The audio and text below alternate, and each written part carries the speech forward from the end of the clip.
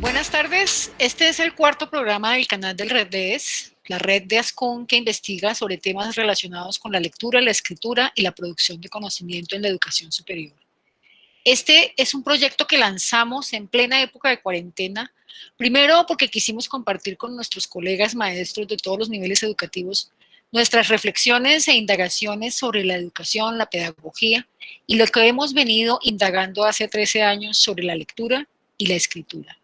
Y segundo, porque estas nuevas formas de difusión que nos ha impuesto la situación nos retan a no quedarnos paralizados, sino a continuar con la labor educativa y en el trabajo en red a través de los nuevos canales que nos ofrecen estas tecnologías. En emisiones anteriores del canal hemos discutido temas referidos a neuropsicología y lectura, a las TIC en educación. También tuvimos una entrevista con los autores del libro Aula Móvil, que es una experiencia itinerante de educaciones populares. Para estos cuarto y quinto programa contaremos con un grupo de docentes, investigadores que también pertenecen a la red y que realizaron 3 investigaciones sobre las pruebas Saber Pro. Para quienes nos escuchan en países distintos de Colombia, estas pruebas son exámenes de competencias genéricas, básicamente, que se les aplican a los estudiantes de los últimos semestres de los diferentes pregrados que ofrece el país. Y estos docentes que trabajaron en estas investigaciones se concentraron técnicamente en el módulo de lectura crítica que tienen estas pruebas. Esta conversación será un abrebocas para el posterior lanzamiento del libro, que se denomina La lectura y la escritura universitarias en el marco de las pruebas Saber Pro. Las investigaciones que recogerá el libro, creo yo, van a servir de marco de referencia para que docentes y directivos se piensen muy seriamente lo que se hace en las instituciones de educación superior para desarrollar estas competencias. Los resultados de estas indagaciones no solo dan luces para comprender cuál es la lógica con la que se construyen estas pruebas, sino que además son polémicos, y es lo que yo veo como el mayor valor de estas investigaciones, pues lejos de simplemente aceptar que es una prueba masiva y que hay que someterse a ella de forma normativa, pues exigen repensarse las políticas y las concepciones y perspectivas desde las que hasta ahora se llevan a cabo los actos lector y escritor en las universidades. Valga la pena decir que si bien ha tenido un avance enorme en los últimos 15 años, durante los cuales la red de lectura y escritura ha hecho enormes contribuciones, tiene también todavía por resolver serias preocupaciones que estos docentes investigadores que tenemos invitados nos ayudarán a dilucidar. Con una felicitación y por ese juicioso trabajo de indagación y con un saludo, les doy la bienvenida. Para hablar de esta primera indagación documental que tiene el libro, que se denomina Un acercamiento histórico a la evaluación de la lectura y de la lectura crítica y de la comunicación escrita en la prueba Saber Pro, nos acompañan Diana Benavides Cáceres, quien fue coordinadora del nuevo centro de esta red, es docente e investigadora y en este momento adelanta su doctorado en educación en la Universidad Santo Tomás. Y también nos acompaña Jenny Alexandra Pulido Aguirre, docente investigadora de la Universidad del Bosque. Bienvenidas, profesoras, y para que vayamos motivando a los futuros lectores del libro, comencemos por sintetizarles a esta audiencia cuál ha sido el recorrido de esta prueba para llegar a tener la injerencia que tiene en este momento en las decisiones políticas y educativas del país. Les quiero comentar un poco acerca de esos retos que tiene la educación superior frente a la calidad, que es el marco en el que se configuran estas pruebas. En Colombia hacen parte de esos lineamientos que el ICFES y el Ministerio han planteado para regular justamente la calidad educativa. ¿Producto de qué? De esas exigencias internacionales del Banco Mundial, todo el tema de la OCDE, de esta organización que nos hace cumplir también unos lineamientos de calidad en términos de cumplimiento de competencias y específicamente las mediciones y avances que se pueda tener en la calidad educativa a nivel de país. Entonces, ese es como el marco legal. Surgen una serie de decretos que normatizan la aplicación periódica de estas pruebas en los distintos grados de las instituciones colombianas, y también permiten tener una trazabilidad a lo largo de los años, es decir, que esas competencias que se miden a nivel primaria, secundaria, a nivel de educación superior, tienen todo un lineamiento común, que ya pues nos adentraremos a específicamente esa estructura. Pero básicamente contarles que esas políticas educativas han buscado específicamente cumplir con esos términos de calidad, competitividad, eficacia que exigen los modelos de calidad, ¿sí? Últimamente, incluso ya desde hace unas décadas, está imperando este tema de mostrar resultados, ¿no? Frente a ese modelo económico neoliberal que implica mostrar desempeños adecuados frente a la formación educativa. Entonces, el propósito que han tenido estas pruebas, particularmente las pruebas Saber, que las ha construido el ICFES, es comprobar ese grado de desarrollo de las competencias de los estudiantes que van a culminar los grados. Específicamente, la investigación abordó las pruebas que se aplicaron en la educación superior y básicamente refleja en qué estado de desempeño se encuentran los estudiantes. Parte de los objetivos también es producir como unos indicadores de valor agregado de la educación. Hay un modelo MIDE que incluso va haciendo como la trazabilidad de esos desempeños, y las universidades deben estar muy pendientes de qué resultados tuvieron en sus aplicaciones en las distintas carreras para verificar que se están logrando como el cumplimiento de esas competencias, ¿sí? En cada uno de los niveles, en los programas, en las instituciones, las distintas metodologías que se están utilizando, y vemos que las instituciones se han volcado un poco en torno a las pruebas, es decir, a cómo estamos preparando a los estudiantes para responder a ellas. Incluso se consultan profesionales externos, muchas veces que puedan ayudar a las universidades a orientar estos procesos. Entonces, se ha vuelto una necesidad dentro de las universidades poder responder a estas políticas educativas, ¿no? Y obviamente tener unos indicadores que muestren que hay un valor agregado en los desempeños en la educación. También estas pruebas se han configurado para servir de fuente de información para las mismas instituciones y para el sistema, ¿sí? Cómo se formulan las políticas en términos de calidad, de eficiencia. Entonces, todo esto se ve reflejado en el sistema educativo. Básicamente, eso es como la primera parte en cuanto a las generalidades que responden a esas exigencias de calidad general, mundial, a nuestro modelo económico, prácticamente, a poder demostrar esos resultados. Ya ahora hablaremos un poco de esas ventajas y desventajas. Entonces, pero básicamente ese es como el contexto de las pruebas. Bien, muchísimas gracias. Sí, precisamente pensando en lo que estabas mencionando, comienza uno a pensar si sirven para nuestras políticas tener ese tipo de pruebas, les hace falta todavía desarrollarse. Y ya lo mencionabas tú, seguramente hay ventajas y desventajas que trae para los procesos educativos que estas pruebas sean de la naturaleza que son, o sea, precisamente estandarizadas. ¿Cuáles serían entonces esas ventajas y desventajas de que se configuren y se desarrollen tal como se desarrollan de manera tan estandarizada? Pues justamente se espera que estas pruebas sean el patrón de medida, ¿sí? Porque a partir de ese diagnóstico año a año vamos a tener unos resultados y se pueden comparar. Es decir, vamos a ver si hubo incremento en esos puntajes, si hubo avance o retroceso. Y eso implica que pues, las instituciones educativas están respondiendo a esos estándares de calidad.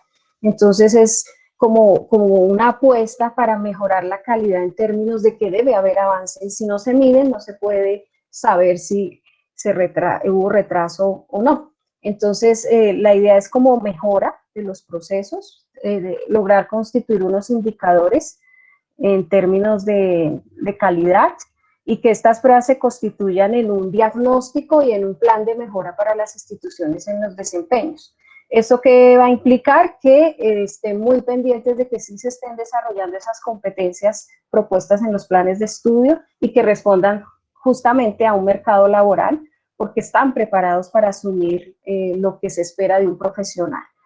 Si bien son competencias genéricas, pues es lo mínimo que se esperaría que los profesionales adquieran a lo largo de todo un trayecto educativo. Si bien es cierto, no es la única manera de evaluar, lo sabemos, porque en nuestras instituciones pedagógicamente una prueba estandarizada no dirá todo lo que aprendió el estudiante, pero sí son o se constituyen en un diagnóstico válido para poder tener unos referentes que nos permitan comparar y mirar avances o retrocesos.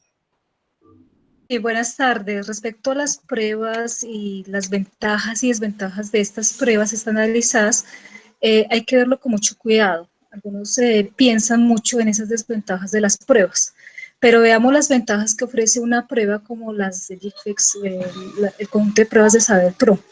Pues en primer lugar, sus resultados permiten ser comparados entre sí. Por ejemplo, el desempeño de un estudiante respecto a los estudiantes del nivel del país. Por ejemplo, un estudiante va a obtener su resultado en la prueba y la prueba también le indica si este estudiante tuvo un desempeño igual a la media nacional o superior a esa media nacional o inferior a la media nacional. También hay otros resultados que nos ofrecen esas pruebas estandarizadas, pero en este caso para las instituciones. Por ejemplo, el desempeño de un programa académico en particular en una universidad, que también se puede comparar con el desempeño de su grupo de referencia. ¿Qué es un grupo de referencia? El grupo de referencia es el conjunto de programas académicos relacionados con una misma área de conocimiento. Por ejemplo, el grupo de educación, que el grupo de educación reúne a todas las licenciaturas, o el grupo de ingeniería que reúne a todas las ingenierías. Esto permite que cuando se obtienen unos resultados, la institución, un programa académico de una institución en particular, puede comparar cómo le fue respecto a programas semejantes para revisar si tuvo un desempeño superior o inferior o igual a la media nacional. Al mismo tiempo, también arroja unos resultados sobre el desempeño de una universidad en particular y sus sedes. Entonces, si hay una sede que tiene un mejor desempeño o un peor desempeño, pues comparados con todas las sedes que puedan existir de una universidad a nivel del país. Y esa comparación también nos permite ver cómo está el desempeño entre universidades. Hay mejores universidades para algunos programas académicos y de hecho hemos visto en la prensa cuáles son las mejores universidades para estudiar, por ejemplo, Derecho.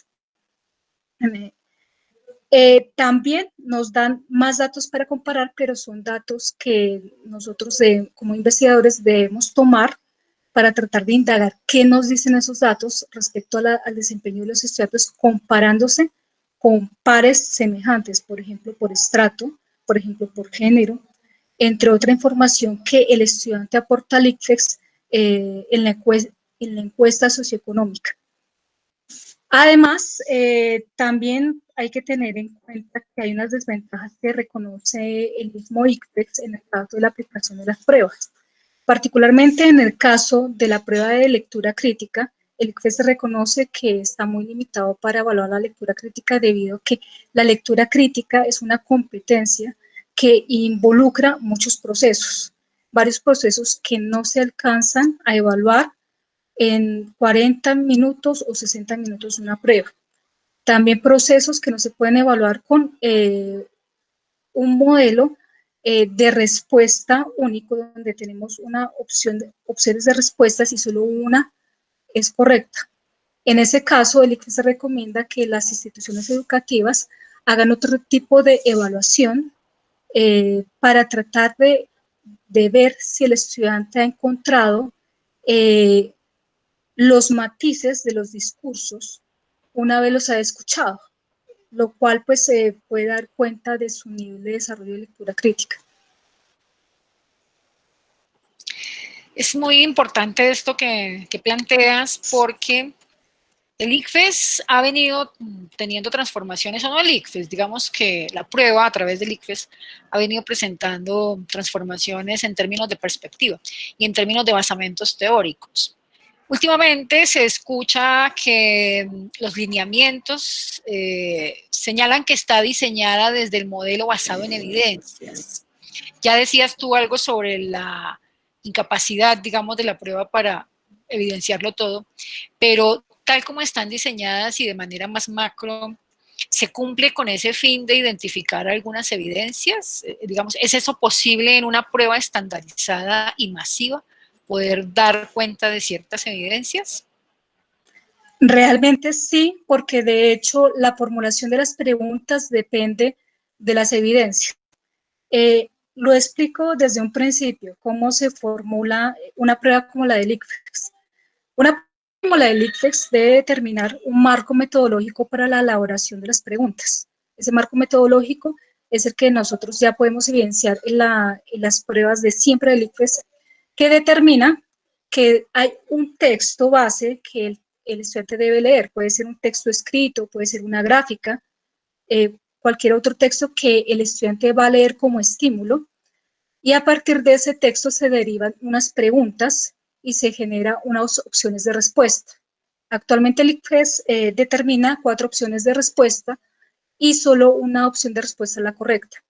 Bien, ahí tenemos la metodología. Además de la metodología, también hay que determinar un marco teórico que ilumine la prueba. En el caso de una prueba de lectura crítica hay que determinar cuál es la concepción de lectura crítica que se tiene para la prueba que se quiere evaluar, qué es lo que se quiere hacer respecto a lo que es lectura crítica. Lo mismo con comunicación escrita, no se va a evaluar cualquier cosa de comunicación escrita, sencillamente porque sí, hay que determinar un marco de referencia del cual debemos partir para determinar qué es lo que se quiere evaluar.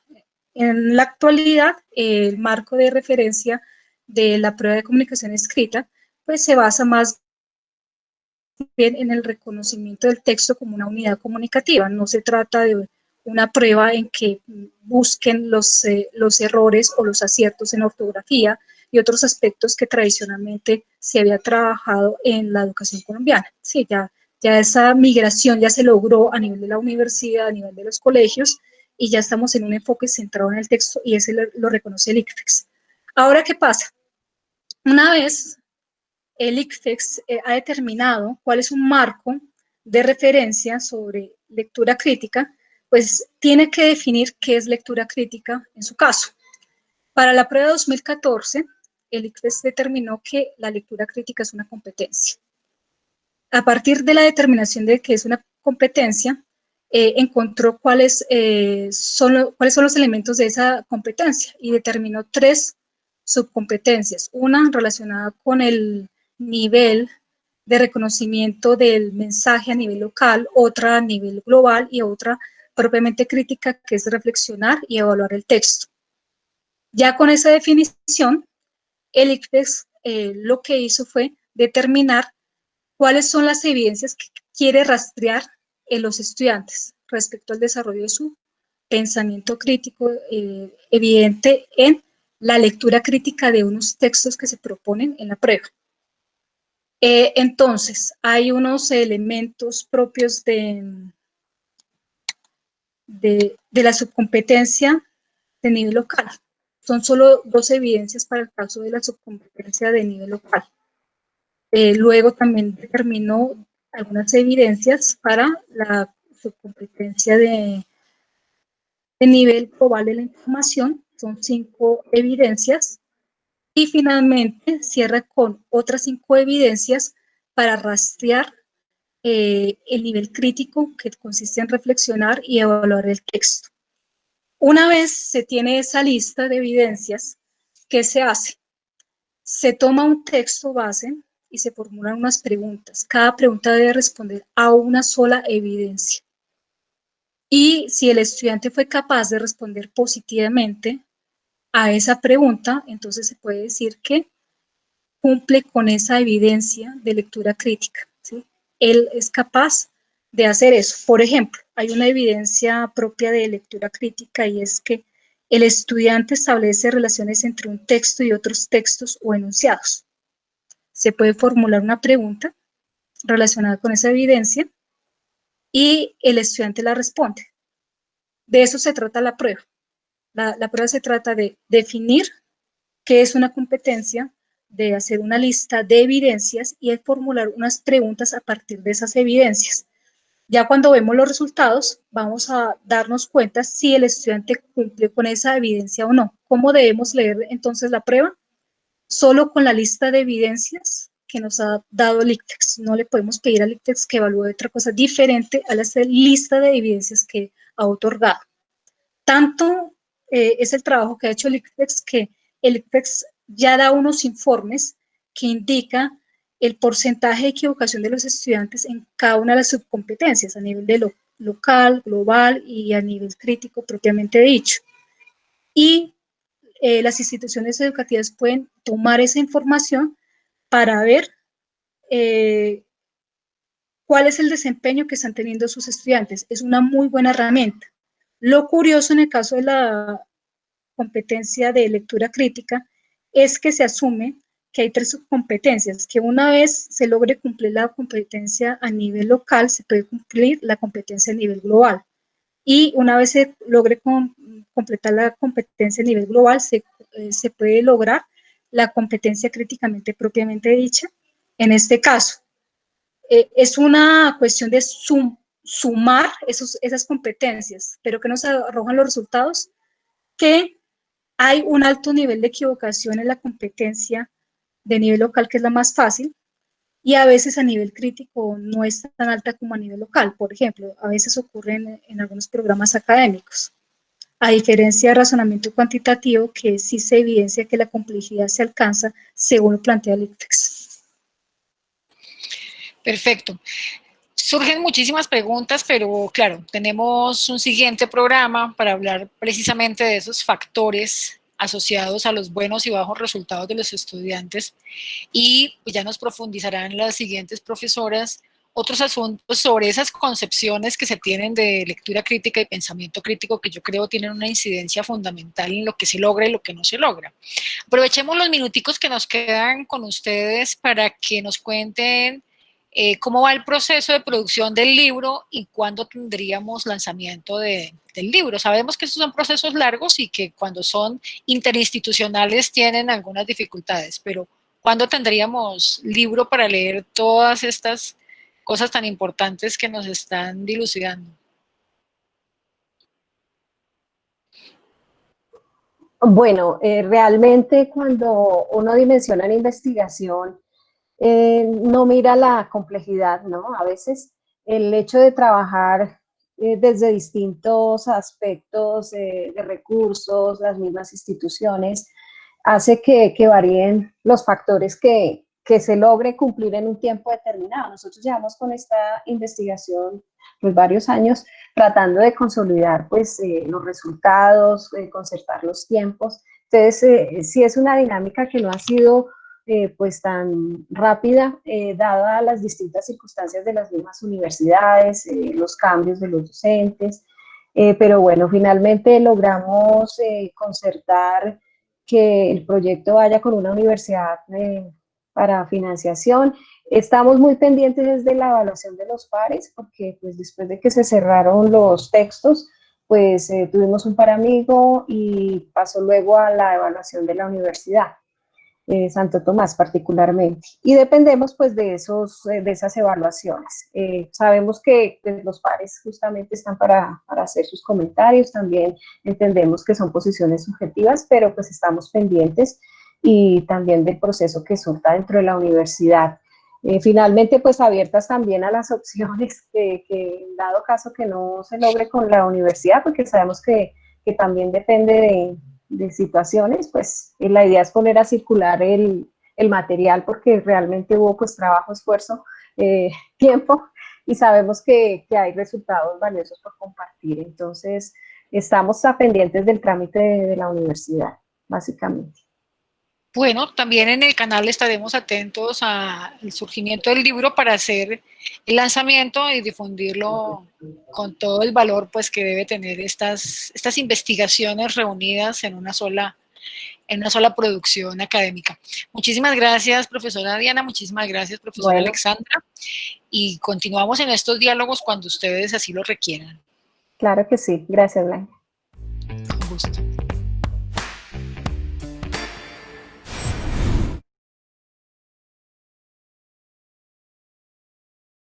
Para hablar de la segunda indagación que contiene este libro, Lectura Crítica en la Universidad y en la Prueba Saber Pro, nos acompañan nuevamente Jenny Alexandra Pulido, quien estuvo en el segmento anterior, investigadora de la Universidad del Bosque.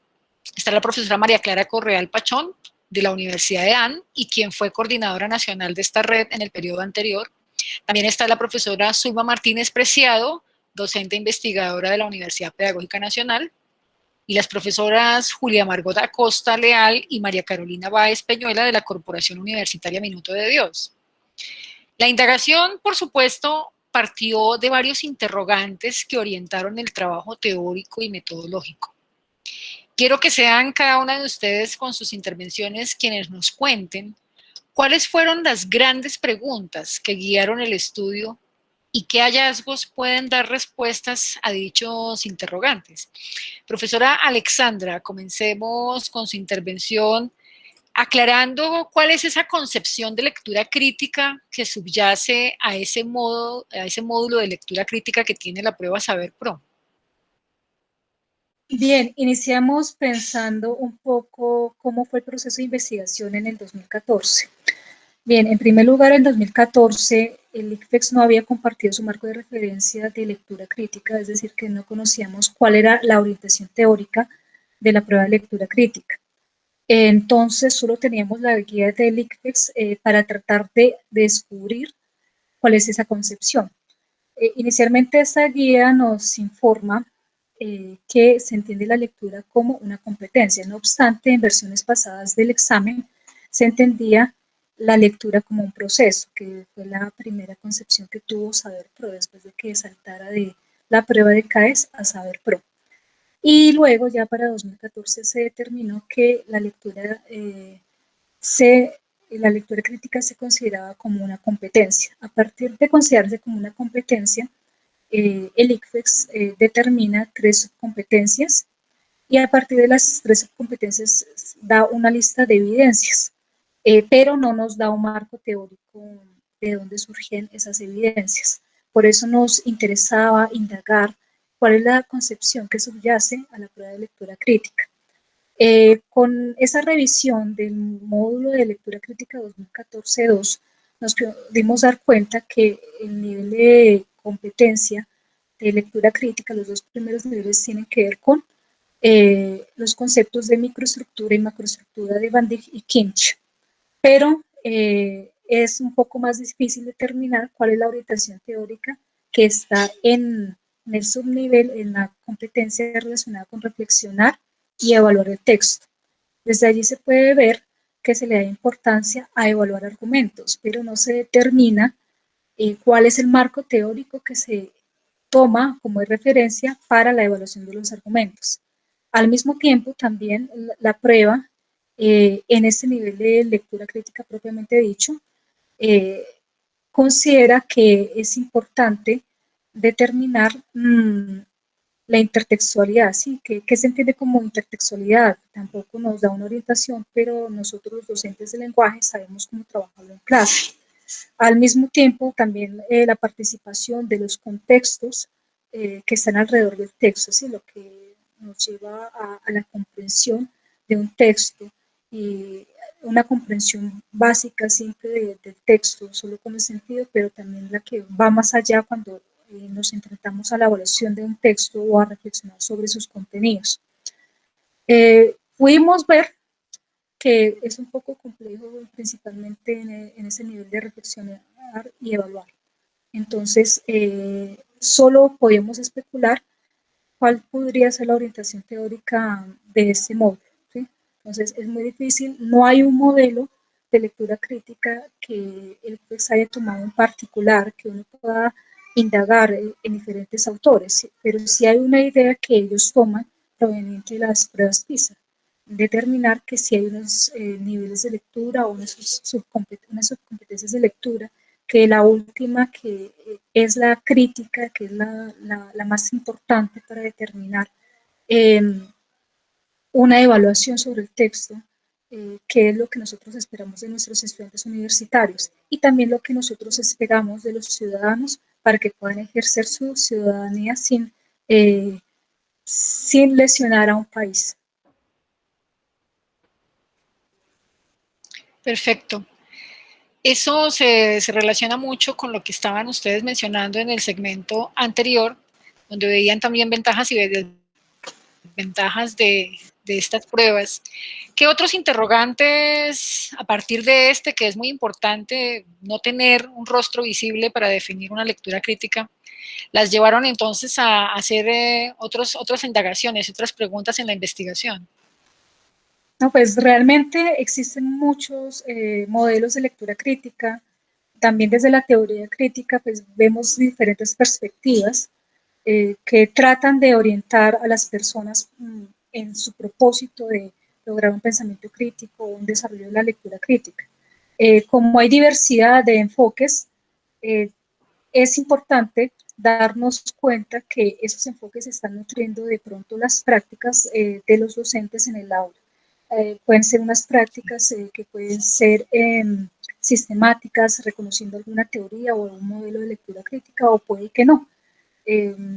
Nosotros hemos visto de alguna manera que los profesores de pronto tienen una concepción propia de lectura crítica sin que esté mencionando un autor en particular, pero de alguna manera han rescatado algunos rasgos, pero sí falta un poco de sistematicidad con el fin de que también los estudiantes entiendan qué es la lectura crítica en realidad.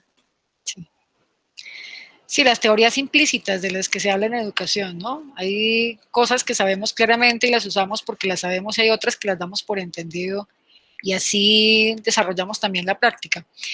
Profesoras Carolina y profesora Margot, ustedes indagaron sobre esas concepciones que también tendrían los directivos, los docentes y los estudiantes. ¿De qué manera se encuentran o se desencuentran esas concepciones en ellos frente a la que la misma prueba podría tener? Bueno, frente a las concepciones que hay de directivos, docentes y estudiantes, se encontró, pues realmente la pregunta era muy concreta. ¿Conocen ustedes la concepción que subyace en el módulo de lectura crítica sobre pensamiento crítico y lectura crítica? Pues nosotros encontramos en su momento en los directivos que se entrevistaron, algunos, o sea, una minoría, pues decía, bueno, no, realmente no desconocemos totalmente las concepciones que hay allí dentro del módulo. Y una mayoría, pues realmente dijo, sí, nosotros sí conocemos, damos cuenta de lo que está allí en el módulo sobre pensamiento crítico y lectura crítica. O sea, la pregunta era supremamente de sí, no, de muy, muy específica. Referente a los docentes, pues aquí hay que hacer la salvedad que no solamente entrevistamos docentes que imparten lectura y escritura, porque pues en ese momento que hicimos la investigación, también había docentes que pues se dedicaban a dictar materias de ingeniería, psicólogos o historiadores. Entonces allí encontramos que la mayoría de los profesores que se encuestaron ellos sí afirmaban conocer la concepción de pensamiento crítico y lectura crítica. El restante no, pero pues era una minoría realmente. Y referente a los estudiantes, pues que también pues fue un grupo significativo, muy pocos definen los conceptos de manera concreta, o sea, los definen, pero, o sea, dicen sí los conocemos y como que trataban de dar unas definiciones, pero no era muy concreto. Y la gran mayoría encontramos que no tenían claridad en lo que se planteaba allí en el módulo, o sea, definitivamente desconocen que en el módulo de lectura crítica hay esos conceptos como tal, entonces respondieron que no.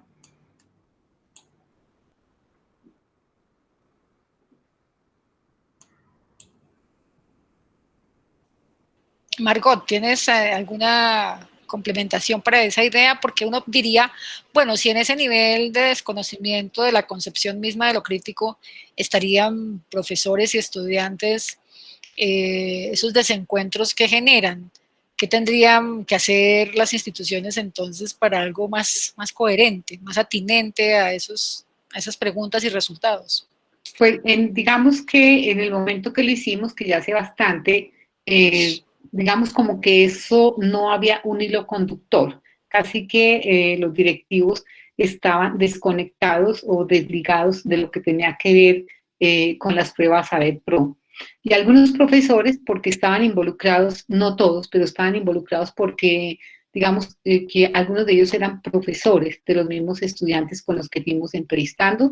Entonces, pensaríamos, o por lo menos eso pensamos, pero no resultó así, que también había alguna correlación entre lo que sabían los estudiantes o conocían del módulo y digamos, entre los estudiantes y los profesores. Pero cuando hacemos los cuestionarios y pudimos hablar también con los profesores, pues lo que vimos realmente es como que desligado completamente. O sea, una cosa es lo que opinaban los profesores, otra la que piensan los estudiantes, y también igual pasaba con los estudiantes. Entonces, no había como un hilo conductor entre todos ellos, y bueno, por eso uno a veces piensa que en las pruebas Saber Pro, que también nos angustian como a todos, los resultados no siempre son los mejores, porque si no hay como una línea de transversalidad frente a lo que son las pruebas, y en este sentido lo que estábamos indagando, que era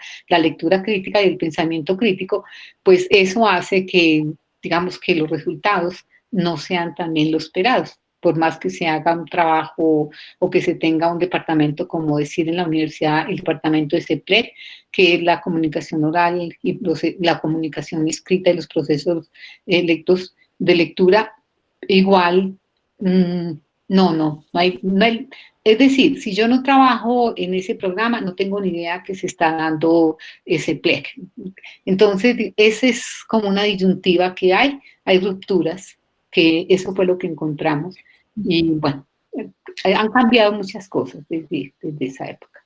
Sí, sí, ya desde el segmento anterior y lo que nos contaban la profesora Diana y la profesora Alexandra, hemos comenzado a tomar nota de algunos aspectos que, por supuesto, vale la pena que las instituciones comiencen a tener en cuenta una vez conozcan los resultados.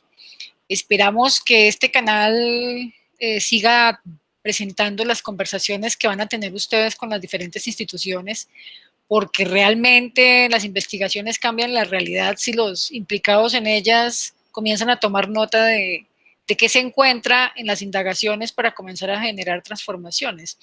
Muy importante aquí escuchando y tomando nota de lo que van ustedes concretando y mostrando para el valor de quienes nos escuchan frente a lo que estas pruebas dejan y todavía permiten a futuro seguir indagando. Y frente al pensamiento crítico, porque pues una cosa sería lectura crítica y otra cosa pensamiento crítico, o si no, pues lo precisamos en este momento. Profesora María Clara, ¿qué encontramos sobre esas concepciones en las instituciones también con el pensamiento crítico? Bueno, en primera instancia, fue lo común, es que el pensamiento crítico y la lectura crítica van de la mano. Sin embargo, en el momento ya de tomar un concepto, logramos encontrar que la lectura crítica es hacer que los estudiantes, o se le den herramientas a los estudiantes para que sean capaces de contextualizar, analizar, interpretar, evaluar las lecturas que desarrollan y que asimismo pueden expresar su postura frente a ellas. Recalcan también la importancia de esa capacidad que tienen, que la lectura les permita emitir juicios frente a lo leído. Dejan un poco en segundo plano lo de la hipertextualidad o intertextualidad, que también consideran que sí, que forma un carácter crítico, pero que no conduce propiamente al pensamiento crítico, si lo vamos a tener en cuenta que van los dos de la mano. También dice que la lectura crítica tiene que traspasar los límites de la información y el conocimiento, pero llegar a poder la construcción del conocimiento por sí mismo. ¿sí? Del estudiante por sí mismo o de la actividad que él hace en el momento en que lee. Ya propiamente en el concepto de pensamiento crítico, lo conciben más como ese aspecto en que forma o desarrolla la autonomía y que permite de alguna manera el replanteamiento de todas las perspectivas propias y principales, sobre todo de confrontación de sus propias ideas con la realidad o incluso con el desarrollo de sus propios juicios o los procesos cognitivos. Eso significa que el estudiante entra cuando hace un proceso de pensamiento crítico en un análisis creativo y comprensión de la diversidad de formas de pensamiento y le permite una emancipación de lo que es la parte académica, digámoslo así, y confrontarlo con la realidad. Sin embargo, dicen que la lectura crítica no es exclusiva solamente de estas materias, como decía Carolina, que también se trabajó con ingenieros.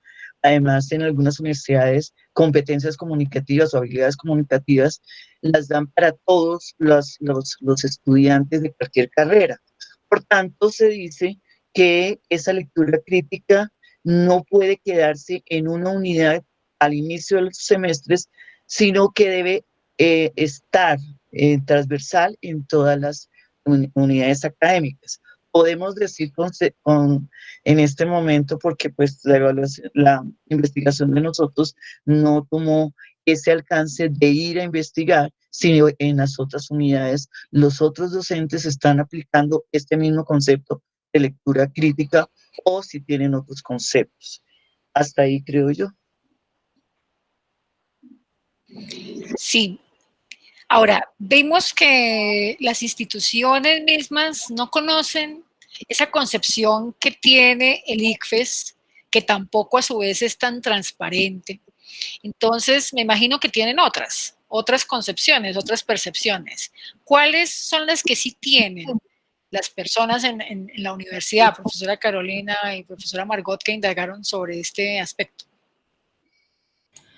Bueno, entonces, referente con la concepción de lectura crítica y pensamiento crítico, pues encontramos que los directivos reconocen la lectura como un acto de interpretación y resignificación del mundo. Pues ellos decían que ese acto va más allá de un simple acto de decodificar, o sea, que no nos quedamos solamente allí, sino que allí también va involucrado el sujeto, el contexto y pues los objetos que intervienen allí dentro de ese proceso de lectura. Además, los directivos planteaban que leer es comprender las situaciones e interacciones de los sujetos como forma de interpretación del entorno. Entonces, esas fueron las percepciones que logramos conseguir de los directivos. De pensamiento crítico, la profe Margot les va a compartir la concepción que se encontró. Creo que tiene problemas de conexión. No, ya que es que tenía el micrófono apagado. Pues digamos que aquí, bueno, para los docentes y también pues para los directivos, bueno, aunque estamos un poco refiriéndonos a los directivos, aquí es la pregunta pues también que se le hacía y lo que queríamos indagar es ¿cuál es la concepción sobre lectura crítica y pensamiento crítico de ellos? Bueno, en lectura, si ellos dan como un concepto, digamos, un poco más consolidado, pero cuando se pregunta sobre pensamiento crítico, no hay una concepción directa, sino lo que ellos plantean es esto es lo que se debe hacer con los estudiantes, darles herramientas para que sean capaces de, bueno, de contextualizar, de evaluar, de volverse más críticos, de emitir juicios sobre lo leído, después como poder plantear, digamos, aportes, defender pues sus propios juicios frente a las situaciones y a los textos que ven. Entonces, y lo mismo pasa con los maestros, ¿no? Los profesores dicen, bueno, a ellos hay que brindarles esas herramientas para que puedan escuchar otras voces, para que ellos mismos igual se formen sus propios juicios y de eso, digamos, que tengan como el concepto propio, el de ellos, digamos, a partir de todos esos otros elementos que encuentran. Entonces, los maestros dicen, hay que guiarlos, hay que orientarlos, hay que darles pues todas las herramientas para que ellos aprendan a cuestionar, para que ellos o sea, cuestionen todo, pero también se cuestionen ellos mismos y no todo lo que se les diga pues, lo tomen como verdadero, sino que pues también se distancien y digamos, se distancien para que ellos tengan como sus propios, para que se formen como sujetos reflexivos y tomen y formen lo que ya decíamos ahora como sus propios, armen sus propios conceptos y desde ahí puedan como verse. Entonces, es muy curioso, pues porque no hay un concepto específico que ellos planteen, los profesores y los maestros frente al pensamiento crítico. Porque todo lo dirigen es a los estudiantes. Es decir, pasa como muchas veces que hablamos de los otros, pero no hablamos de nosotros. Eso es lo que encontré pues, en los profesores y en los directivos frente a lo que corresponde al pensamiento crítico. Profe Carolina, entonces, si quiere, pues hablar de la lectura crítica, de lo que plantean los profes, los profesores entrevistados. Sí, profe. Ahí ya, pues, con la concepción de lectura crítica, pues los docentes planteaban que leer era interpretar y comprender los códigos de un texto. También decían que durante la lectura era importante usar los conocimientos previos para hacer predicciones sobre los textos y también para poder descubrir las estructuras del tipo de texto pues, que se esté leyendo y asimismo poder identificar las temáticas principales del texto. También los docentes nos decían que el acto de leer era pues una forma de interpretar y entender el mundo desde su contexto, o sea, ir mucho más allá y apropiarse pues de ese contexto, de esa lectura, relacionarlo. Y por último decían que leer es un ejercicio cognitivo donde hay un diálogo entre el lector y el texto, a partir del cual se construyen interpretaciones y se establecen unas posiciones frente al mismo, que pues estas percepciones se relacionan mucho con la lectura crítica como tal, con las definiciones de lectura crítica como tal. Por parte de los estudiantes, pues los estudiantes cuando pues, se les preguntaba sobre la lectura crítica, ellos la asocian con un proceso, una capacidad o una habilidad de comprensión e interpretación de diversos tipos de textos. Mencionaban o aclaraban algunos que podían ser imágenes o podrían ser textos escritos y que estos textos estaban producidos desde un contexto determinado. Otros estudiantes lo asociaban la lectura con una actividad en la cual pueden adquirir información sobre un tema de interés, o sea, solamente como adquisición, o sea, me quedo con lo que me dice el texto y ya no llego más allá, pues no relaciono, no establezco posturas ni nada. Entonces, esa fue la concepción de lectura crítica en docentes y estudiantes. Sí, claro, y las investigaciones... Sí, sí. Es que yo iba a plantear lo que los estudiantes dicen frente al pensamiento crítico y digamos que ellos sí fueron más autónomos porque dan como su propio concepto y esto pasa pues también con la mayoría de los estudiantes hablando de lo que es el pensamiento crítico. Ellos hablan como que se hacen, es una mirada distinta o frente a una situación se hacen miradas desde diferentes perspectivas. Eso también entonces les ayuda a construir sus propios juicios y cuando tienen esos otros juicios, eso también contribuye a que ellos tengan autonomía.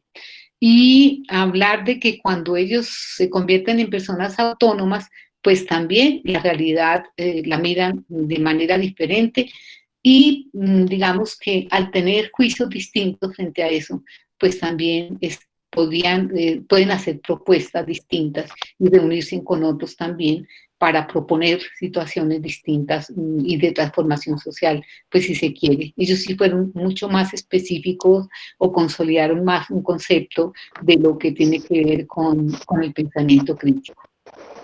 Muy bien. Así como lo hemos presentado, digamos, desde el inicio, esto es apenas un abrebocas para que quienes nos escuchan se motiven a ir a la investigación completa, a profundizar y a hacer algo con ellas dentro de sus instituciones. Lo interesante de la investigación es que no solamente describe esas concepciones que podrían tener profesores, directivos y estudiantes, sino que además profundiza, profesora Zulma, sobre de dónde, cómo se han construido esas concepciones, que eso me parece un plus en la investigación, que va más allá de la descripción para saber eso dónde se ha generado. ¿Qué podemos decir al respecto? Bueno, muy bien. Quisiera aclarar, hacer énfasis en las personas a las que se le hizo la encuesta. Fueron 7 directivos de estos programas para tener como una claridad respecto también a la formación, a los estudios, ¿no?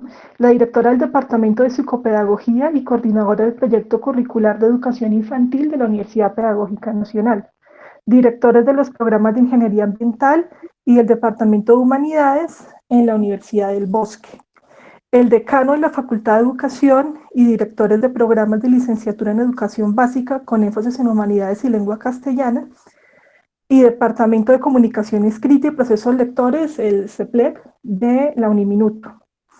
En la EAN respondió a la encuesta la coordinadora del Núcleo de Lengua Materna y Competencias Comunicativas. Bueno, esta entrevista se realizó a 5 mujeres, 2 hombres, de las cuales 2 cuentan con estudio de doctorado y los otros estudios de maestría. Estos directivos docentes llevan entre 5 y 13 años en las instituciones, ¿no? Lo cual se puede deducir que ya tienen un conocimiento amplio de las instituciones. Bueno, como ya lo decía Margot y Carolina, respecto a las concepciones de lectura y escritura, pues evidentemente reconocen la lectura como pues, un acto de significación del mundo, más allá de la decodificación. Sin embargo, lo que se nota respecto a los directivos docentes es que no es tan claro el concepto de lectura crítica. Se atienen como a la idea de que se dan planteamientos, posturas, juicios de valor, un poco, pero no se alcanza a tener como una definición que trascienda instancias como la autonomía, la emancipación, de repente un poco desde la Universidad Pedagógica Nacional, porque digamos que tanto en el PEI como en los documentos institucionales, y se tienen documentos que fundamentan lo que es la comprensión y producción de textos desde el pensamiento crítico y la lectura crítica. Ahí se puede hacer como énfasis en que sí hay una concepción como muy epistemológica, fundamentada también desde lo pedagógico, pero vemos que en las otras instituciones no es tanto, o sea, tienen como un nivel, me atrevería a pensar como literal, falta el nivel como inferencial y como una concepción de lo que implica la lectura crítica, ¿no? Porque lo que se ve, ¿no? En menor grado se ve el desarrollo de procesos cognitivos, el análisis creativo, la comprensión y respeto de la diversidad. Eso está en menor proporción. Lo mismo lo que les mencionaba de la emancipación. Coinciden los directivos docentes en afirmar que o sea, no considerar el pensamiento crítico desde la evaluación, que está presente en el módulo de lectura crítica. En eso pues pues como que coinciden, ¿no? Que no solamente, o sea, que el pensamiento crítico y la lectura crítica para someter la evaluación, sino que se hace transversal. Sin embargo, faltan herramientas como estrategias para poder optimizar sobre todo el pensamiento crítico. Se cuentan los directivos docentes, pues han tenido algunas formaciones en diplomados, cursos, seminarios, cátedras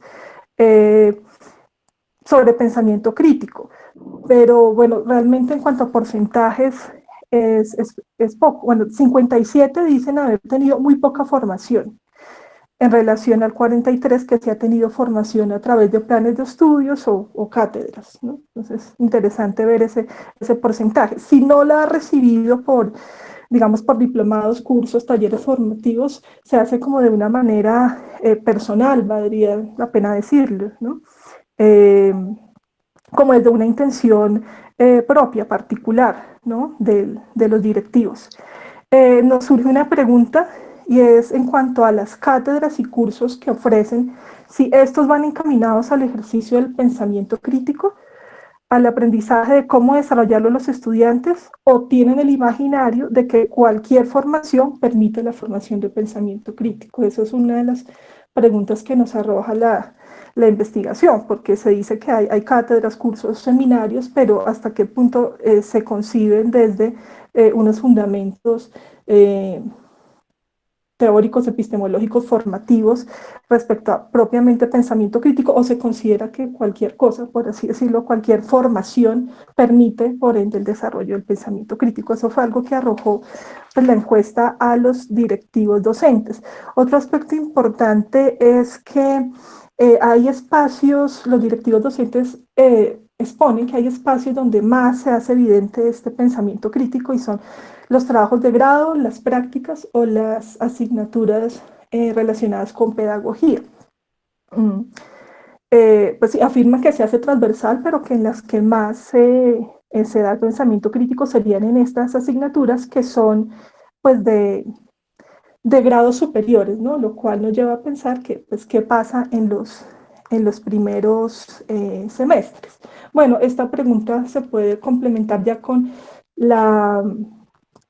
pues las respuestas que dan los docentes, ¿no? Sobre todo los docentes encargados de lenguaje y comunicación, de comprensión y producción de textos.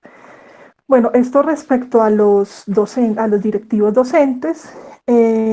Bueno, algo interesante es que si se les pregunta a los directivos si conocen la concepción de pensamiento crítico que se encuentra dentro del módulo de lectura crítica, 3 de los encuestados dicen que no, y los 4 que sí, ¿no? Entonces, bueno, ahí está variada ahí la concepción, ¿no?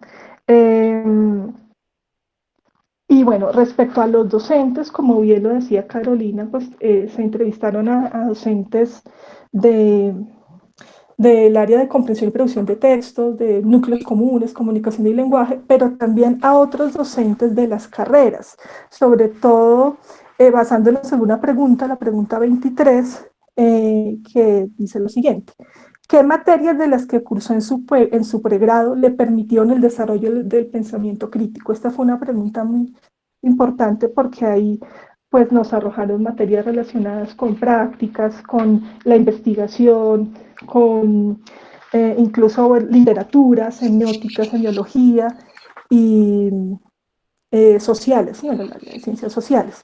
Entonces se hicieron las entrevistas también a otros profesores que no estaban directamente relacionados con el área de lectura y escritura. Y bueno, ahí que arroja esta encuesta. Bueno, ratifican que leer significa interpretar y comprender códigos. Se nota la diferencia entre los profesores de núcleos comunes de lectura y escritura con los demás, ¿no? Porque pues también tienen unos claros fundamentos teóricos, epistemológicos, debido pues a su formación, que los que no están dentro de esta área, ¿no? Es importante ver que se plantearon una lista de frases, ¿no? En donde deberían escoger máximo 5 en relación a pensamiento crítico, ¿no? Y la mayoría de los docentes relacionan el pensamiento crítico con generar confrontación de ideas, con comprender, ejercitar el pensar, construir juicios propios, replantear perspectivas propias.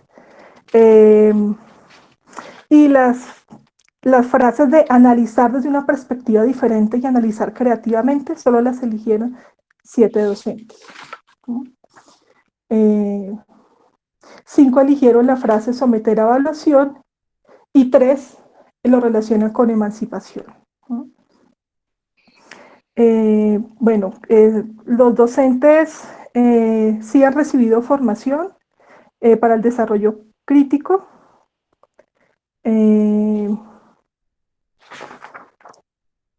Y bueno, algo interesante es que no los docentes,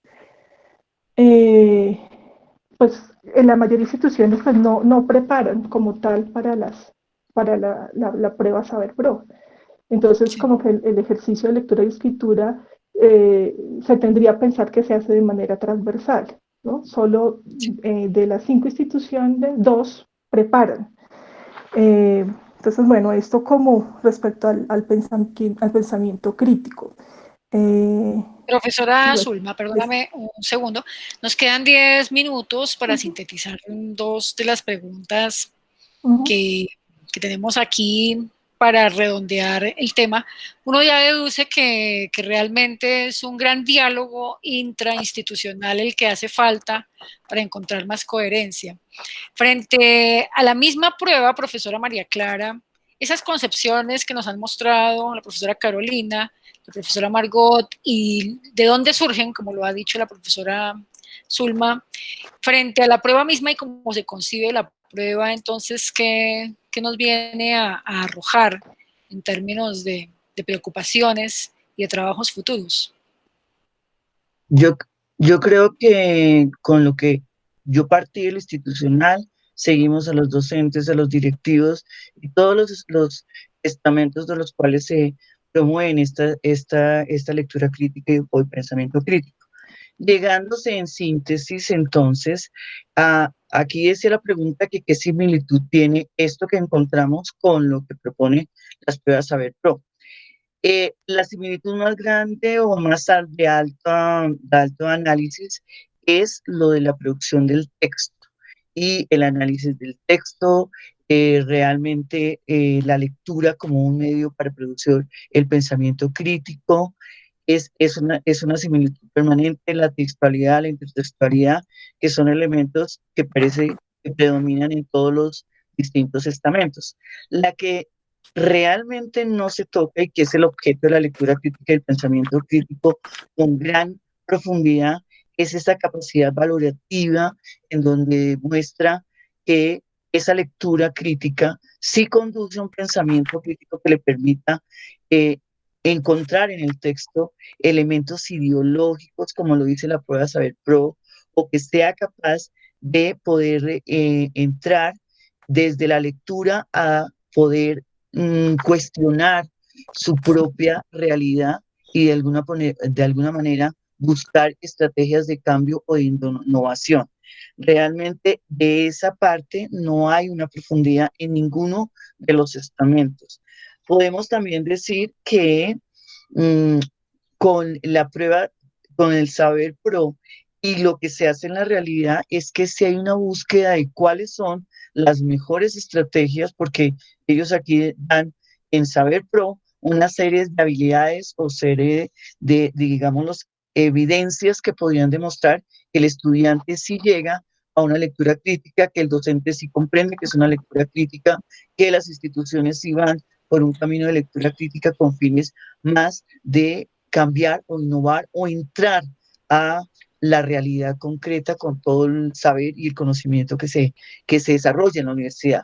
Entonces, digamos lo que esa parte es como una síntesis de lo que es pasar de una lectura analítica, sintética, a una lectura crítica, que sí forma un pensamiento crítico y que se busca muy disciplinarmente y no muy global a nivel del concepto de universidad y el concepto de producir conocimiento para transformar una realidad o construir saberes para transformar la realidad. Creo que esas son unas diferencias muy fuertes y pensaría yo que aunque están propuestas en Saber Pro, en nuestras instituciones, al menos en las que observamos, no son tan evidentes, no se explicitan de una manera que podamos decir que se llevan a la práctica y que nos den de pronto ver evidencias reales entre los estudiantes o en las prácticas pedagógicas. Bueno, perfecto, ya para redondear, perdón, y cerrar como esta primera parte, seguramente todo esto que hemos estado viendo se lleva a cabo y se materializa en cómo se enseña esto en la universidad. Y sabemos que lo que se enseña pues circula necesariamente por las cosas que sabemos y concebimos. Profesora Zulma, así como para que termines la idea que habías empezado antes, que no pudiste redondear, ¿Cómo se desarrollan las instituciones entonces esto? Si hay tal amalgama de creencias y de concepciones, ¿eso cómo se materializa en las cosas que se hacen para enseñarlo? Bien, esto se materializa en las prácticas de los docentes fundamentalmente. Evidentemente que hay unos fundamentos institucionales, unos documentos, pero finalmente son los docentes mediante las prácticas, ¿no? Con los estudiantes, donde se desarrolla la lectura crítica y el pensamiento crítico. Lo que se pudo concluir es que se realizan muchas discusiones, muchas estrategias como la mesa redonda, los paneles, se discuten sobre temas de actualidad, sobre la política, sobre economía, sobre aspectos relacionados con ecofeminismo, ecosocialismo, capitalismo, fueron como los temas que fueron como más relevantes, movimientos sociales ecologistas, bueno, en fin. Que son los temas relevantes para hacer discusiones, confrontaciones y producciones textuales.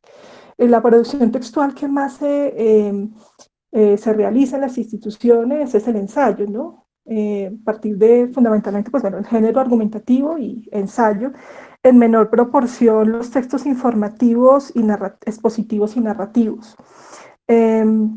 Se trabaja con textos continuos y discontinuos, pero lo que se hace evidente es que hay una menor proporción como de trabajos o de estrategias donde se trabaje blogs, wikis, árboles de problemas, en fin, como relacionados con las TICs, quedan en un segundo nivel en los espacios académicos, ¿no? Siempre está como más el abordaje desde el texto continuo, desde el ensayo como bueno, género argumentativo y las discusiones al interior del aula clase. Esos son como las estrategias recurrentes en las instituciones. Queda como una conclusión respecto a los planes de estudio, la necesidad de que la lectura crítica y pensamiento crítico no sea exclusiva de los profesores de comunicación y lenguaje, lectura y escritura, sino que sea transversal y que se pueda hacer de una manera articulada. Porque pues sí, evidentemente los planes de estudio, algunos sí tienen como de manera explícita ciertas materias, pero pues otros no. Y sería interesante un trabajo colaborativo entre docentes disciplinares y docentes de lectura y escritura. Eso es como a grandes rasgos. Muchísimas gracias a las 4 por todos estos aportes. Como reiteraba, finalizando la sesión anterior, daremos otros espacios porque creo que la discusión es grande. Por fortuna viene un congreso también, es lo que quiero también invitar, cerrando aquí el programa, y es que el próximo año, en el mes de agosto, tendremos el Congreso de Lectura y Escritura que tradicionalmente ha desarrollado nuestra red y que esta vez está enfocado en los encuentros y desencuentros entre las investigaciones y los aportes que se hacen sobre la lectura y la escritura en diferentes campos. Y creo que este tema de las pruebas aporta material fundamental para entender lo que está pasando en esos encuentros y esos desencuentros y pues invitadísimas a que hagamos parte de las ponencias en el encuentro para que podamos ampliar toda esta discusión.